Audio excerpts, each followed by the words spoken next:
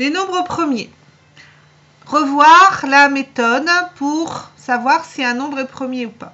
Je vous rappelle d'abord qu'un nombre premier, c'est un nombre qui n'est divisible que par 1 et par lui-même. 15 est-il un nombre premier? 15, vous le connaissez, 15 c'est 3 fois 5, ça veut dire qu'il est divisible par 3 et par 5, c'est un multiple de 3 et de 5, donc 15 n'est pas un nombre premier. 246 est-il un nombre premier? 246 se termine par 6, ça veut dire que c'est un nombre pair. Si c'est un nombre pair, il est divisible par 2. Donc s'il est divisible par 2, il n'est pas premier. 271 est-il un nombre premier? Alors là, c'est un peu plus complexe. Il faut faire plusieurs critères de divisibilité et plusieurs divisions. D'abord, première chose, on calcule la racine carrée de 271. Donc calculette, racine carrée de 271, on trouve environ 16,5. Ça veut dire qu'on va devoir tester si 271 est divisible par tous les nombres premiers jusqu'à 16,5. Pour ça, c'est pratique de connaître la liste des nombres premiers. Au moins le début, je dirais que les 10 premiers, c'est bien. Donc 2, 3, 5, 7, 11, 13, 17, 19, 23, 29, etc.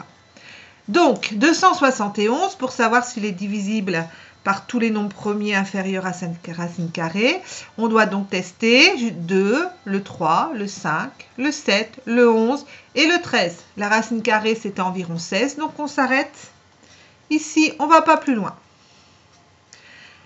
Deux parties. Première partie avec les critères de divisibilité.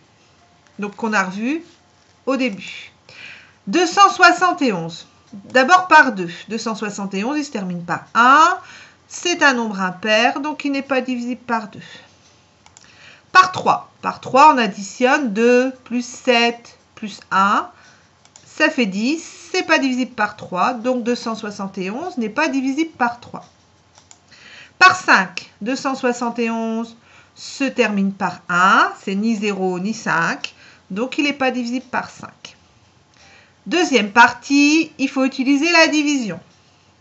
Donc par 7, on prend la calculette, on divise 271 par 7, ça donne une valeur approchée environ 38,7.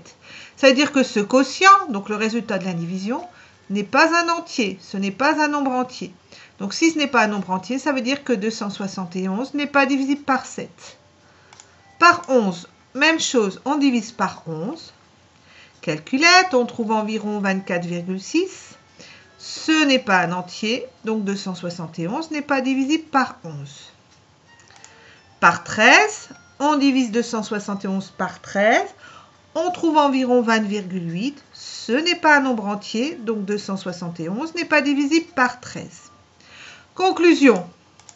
271 n'est divisible ni par 2, ni par 3, ni par 5, ni par 7, ni par 11, ni par 13. Conclusion.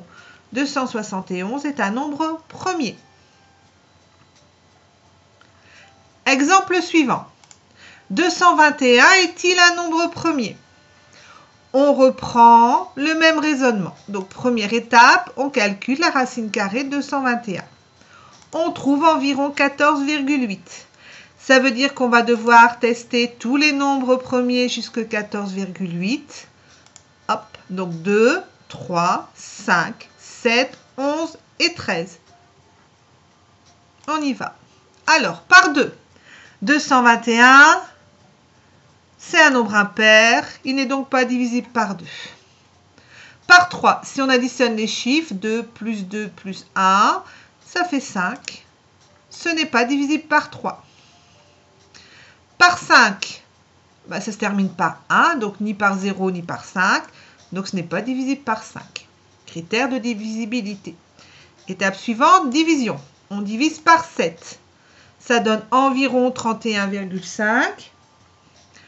Ce n'est pas un entier, donc 221 n'est pas divisible par 7. Par 11, on divise 221 par 11, environ 20,1. Ce n'est pas un entier, donc 221 n'est pas divisible par 11.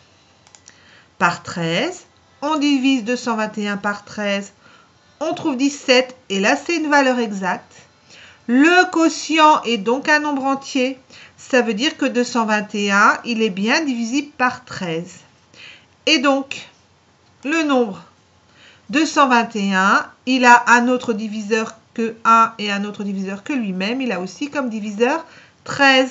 Conclusion, ce n'est pas un nombre premier.